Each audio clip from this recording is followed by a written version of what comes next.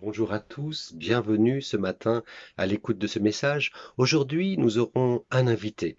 Il s'agit de Jean-Louis Jabin, que la plupart d'entre vous connaissez, référent de notre poste MIB à Rouen, mais aussi pour l'église du Neubourg.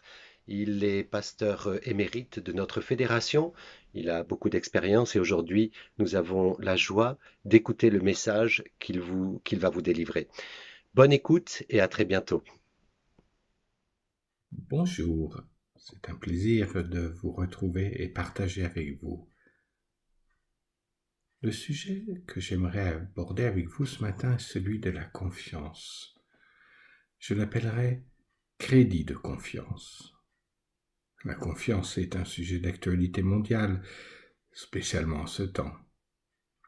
On parle beaucoup de crédit dans nos sociétés financières modernes, mais ce n'est pas de ce genre de crédit dont je veux m'entretenir avec vous. Je veux parler du crédit de confiance. Certains se demandent peut-être de quelle sorte de crédit il s'agit.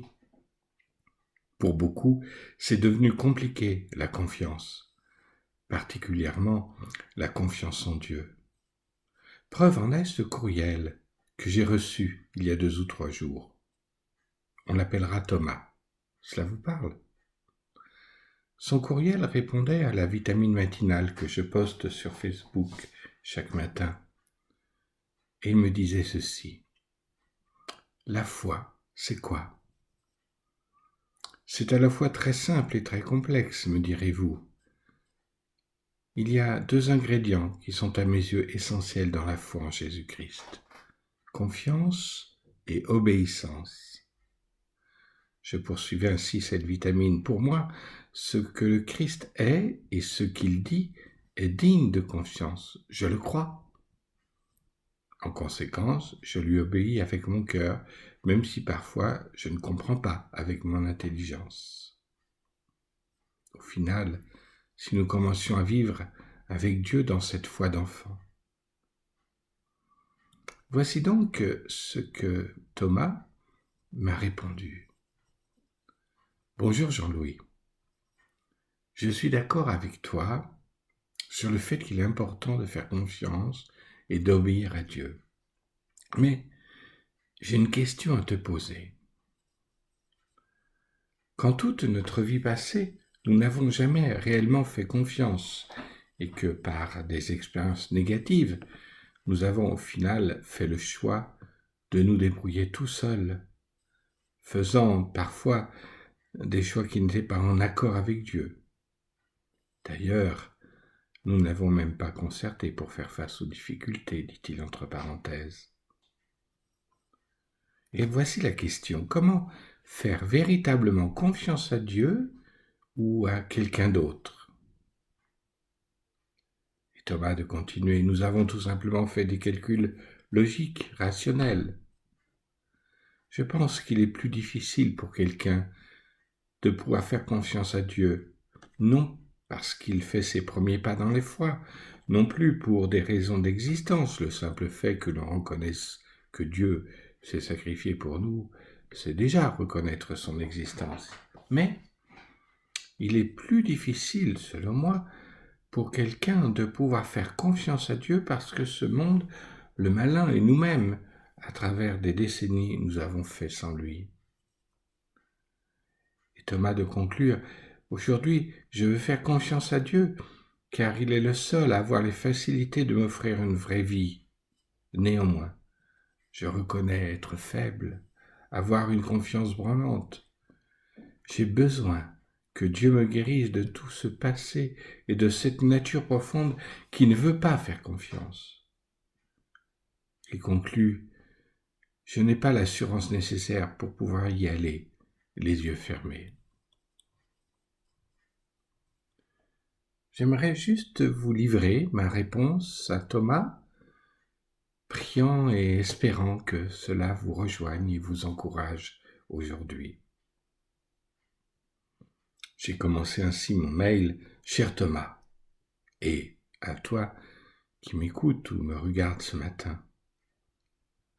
Tes questionnements sont légitimes et honnêtes.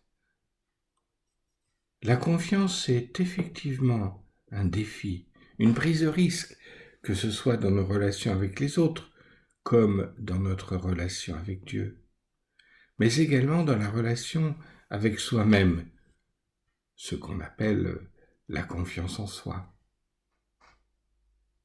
J'ai réalisé dans ma vie que le processus de confiance marche à l'inverse de celui de la méfiance. La méfiance commence avec soi-même. Je n'atteins pas l'idéal de ce que je voulais de moi-même. Du coup, je me méfie aussi des autres. Oui, ils déçoivent aussi l'idéal que je me faisais d'eux. Et puis, je me méfie aussi de Dieu parce que je projette sur lui nos fonctionnements humains. Il devient le bouc émissaire idéal pour le coup. La confiance, elle, suit une autre trajectoire. J'ai besoin d'accorder un crédit de confiance à Dieu en premier lieu. Le psaume 37, versets 3 et 5 nous donne ce conseil. « Mets en l'Éternel toute ta confiance. Fais ce qui est bien. Et dans le pays, tu demeureras, tu jouiras de bons pâturages en sécurité. En Dieu, mets ta joie, et il te comblera les vœux de ton cœur. C'est à l'Éternel qu'il faut remettre ta vie tout entière. Aie confiance en lui, et il agira. » Lui-même va nous encourager, nous permettre de reconstruire notre confiance en nous-mêmes de façon réaliste, en prenant en compte notre potentiel et nos limites. Ceci dit, nos limites ne sont pas contradictoires avec la confiance. Ceci reconstruit aussi en moi la capacité de faire confiance d'une manière mesurée aux autres. Leurs limites et leurs écueils me rendent prévenant et prudent, mais non méfiant. C'est sans doute un peu raccourci la manière dont je vous le livre, mais cela nous met sur la piste d'une confiance sereine envers Dieu. Envers soi, elle est réaliste et positive, et envers les autres, elle devient audacieuse et prudente.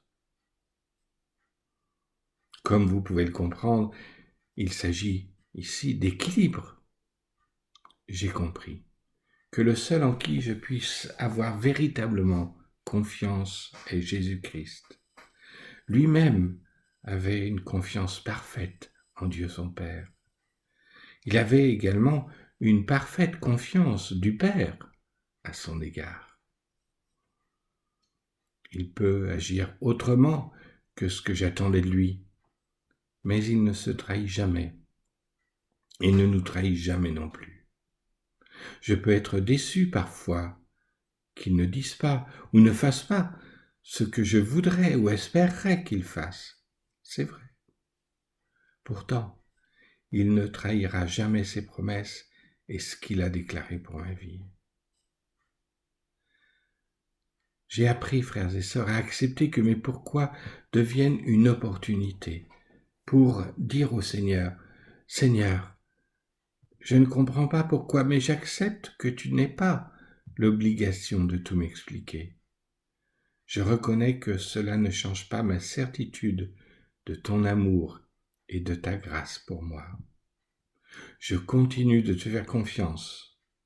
Mais pourquoi sont l'opportunité de voir comment tu continues d'être fidèle, présent et secourant à mes côtés, même dans mon incompréhensible. » Chers amis, parce que la vie nous secoue parfois, tout ce que nous sommes, nos valeurs, notre foi, peuvent être secoués également. Notre part, rester ancré sur le rocher qu'est Christ.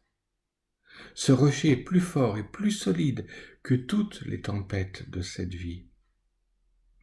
Satan lui-même ne peut s'approcher de ce rocher au risque de s'y écraser sans pouvoir l'ébranler, ni celles et ceux qui y sont ancrés. Si nos émotions, nos ressentis peuvent être chamboulés un temps au moment du retour au calme, nous pouvons, comme David, dire à notre âme, mon âme, bénis l'Éternel et n'oublie aucun de ses bienfaits. Certains vivent dans la peur de la prochaine épreuve. D'autres ont appris à vivre en attendant la prochaine victoire au nom de Jésus-Christ sur leur vie. C'est donc un choix, mes amis.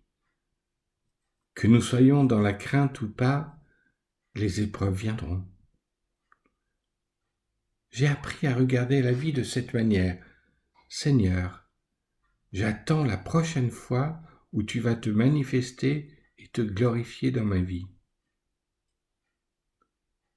Je prends pour moi, et je vous invite aussi à prendre pour vous cette parole de la Bible, donnée dans Jean 14 et dans Romains 8. Dans Jean 14, les versets 1 et 27, Jésus dit « Que votre cœur ne se trouble pas, ayez foi en Dieu, ayez aussi foi en moi. Je pars, mais je vous laisse la paix. C'est ma paix que je vous donne. Je ne vous la donne pas comme le monde la donne. C'est pourquoi ne soyez pas troublés et n'ayez aucune crainte dans votre cœur. » Et puis Romains chapitre 8, versets 37 à 39.